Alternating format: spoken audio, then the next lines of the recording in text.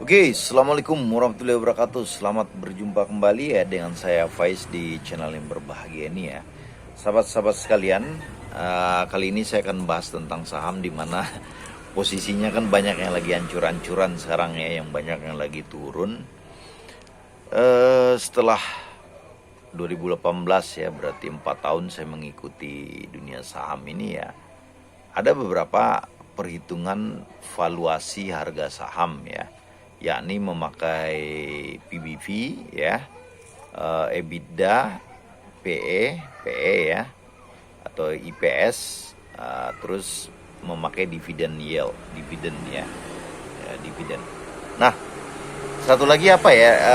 Anda tinggal bisa lihat di Stockbit ya.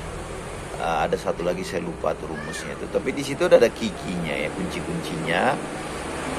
Dan intinya bahwa kenapa kalau kita milih saham-saham begituan harganya akan turun ya, atau tetap jatuh ya.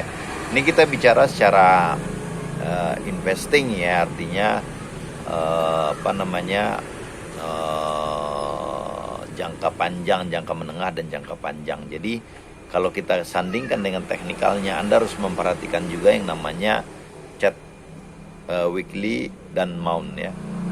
Jadi seperti itu ya sahabat-sahabat sekalian. Jadi PBB 0, misalnya 0,5 atau 1 itu murah belum tentu ya. Tergantung industrinya juga kita lihat, dan tergantung perkembangan daripada IPS-nya, apakah IPS-nya naik pada waktu itu atau tidak ya. Nah, sahabat-sahabat sekalian, intinya saya dalam 8 tahun ini ya mengamati bahwa saham-saham bagus itu belum tentu bisa naik ya, secara apa yang kita inginkan, tetapi dengan jangka waktu tertentu dia akan naik dengan sendirinya menuju harga wajarnya. Tetapi salah satu poin yang paling gampang itu adalah kalau IPS-nya itu naik, itu harga sahamnya akan cenderung akan lebih naik ya secara kuartal to kuartal ya.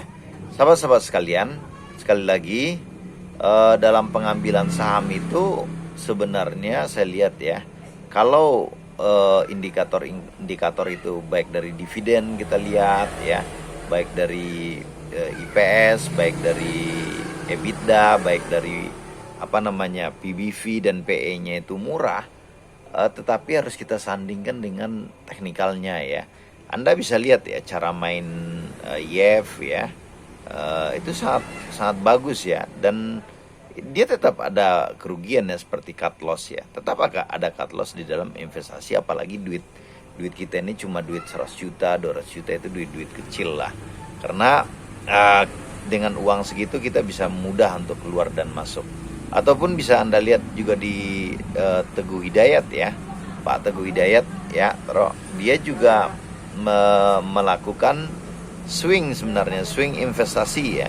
Jadi Anda bisa lihat portonya itu ya, ketika dia udah mencapai harga yang dia anggap dia jual, dia akan jual. Tetapi apabila dia nganggap harganya itu akan murah, dia akan murah. Mungkin bermain di 0,1 PBV ya mungkin ya, atau 0,2 dia akan jual ya.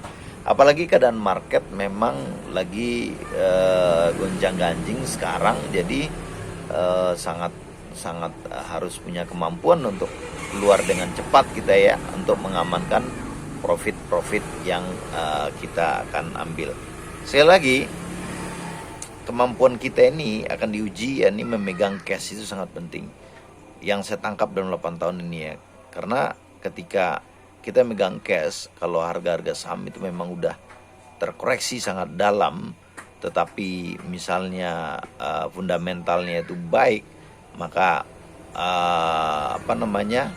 kita lebih berpeluang mengambil kesempatan yang sangat luar biasa ya. Seperti gampangnya saham MNC sekarang ya, sampai 630 itu kan udah cukup dan sangat murah ya.